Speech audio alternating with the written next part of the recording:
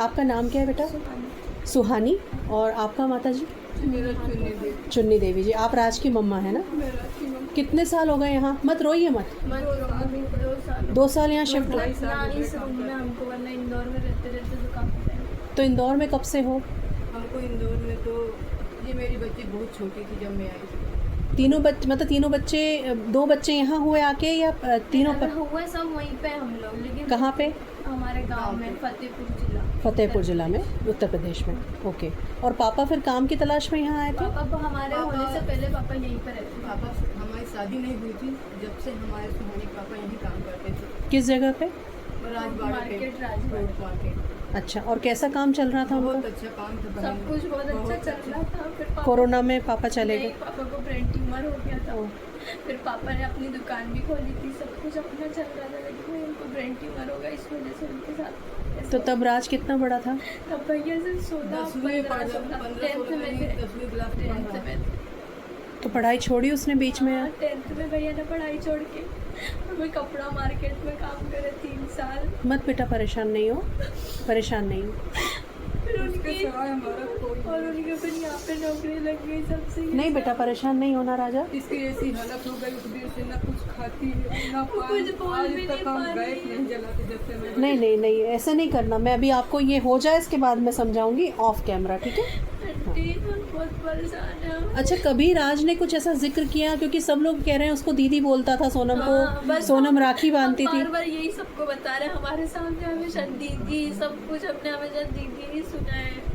कभी पैसे के लेन देन की कोई बात की हो कि दीदी ने उधार दिया है, ऐसा कुछ? आज तक कभी भी नहीं इसकी बात हुई हमारे घर पे, इसलिए तो हमको कुछ पता नहीं है ना, इसलिए हम और घबरा रहे हैं। कभी ऐसा लगा कि वो किसी चीज़ को लेकर डर रहा है या कोई चीज़ छुपा रहा है? नहीं, अभी हम 31 तारीख को गांव से आए और उसके बाद हमने मोबाइल पे देखा है ये सब।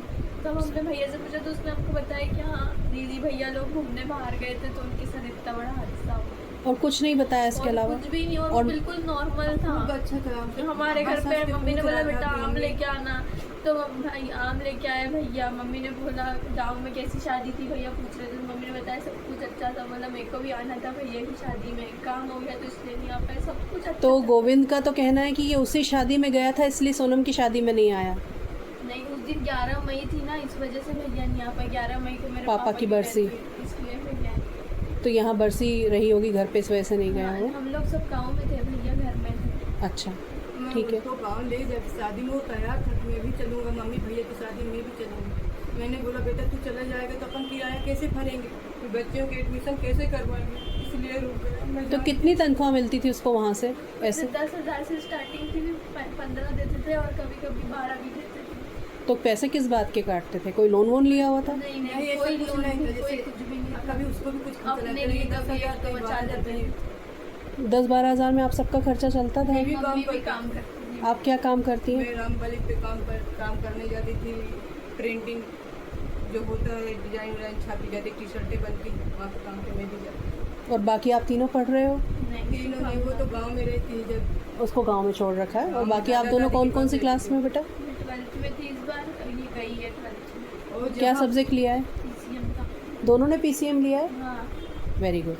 और जहाँ ये पढ़ते थे आप वहाँ भी पता कर लेना दीदी, वहाँ के सर 2 साल से जब से मेरे पति पैसा हुआ ना तब से फीस नहीं लेते थे। अभी जब हमने दूसरे स्कूल में एडमिशन करवाया तब से फीस देना सब फीस दिए, नहीं तो तो पैसे घर का नहीं- राशन पानी सब राज और आप मिलके कर रहे थे?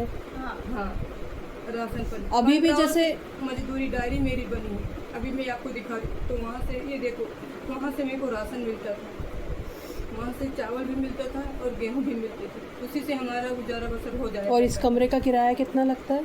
इसका हम लोग 2,500 देते हैं। बाप रे, जरा सा कमरे का किराया 2,500? ये तो चौल जैसा लग रहा है मुझे, कुछ चौल जैसा। सही है। और उसका बिल भी आता है, लाइट से। लाइट अलग से आता है? हाँ, फिर भी नहीं। कोई हमारे भाई को नहीं छोड़ेगा। बेटा अब कैसे? इतना दिखाया जाता, मैं आपको बता देखो, टूटा पलंग पड़ा, पलंग भी हमारा नहीं सही ठीक है, वो तो मुझे दिख रहा है, आपको दिखाने की जरूरत बड़े नहीं। बड़े इल्जाम लगा रहे हैं, लेकिन ऐसा तो कुछ है इतना ही पैसा कहाँ से पाता, तो ऐसा ऐसा करता दीदी। 20वां साल उसका चल रहा है, मेरे बच्चे का 20वां साल। कभी उसने ऐसी इच्छा जताई क्या कि मेरे पास पैसा होता तो मैं ये खरीदता वो करता, ऐसी कोई इच्छा?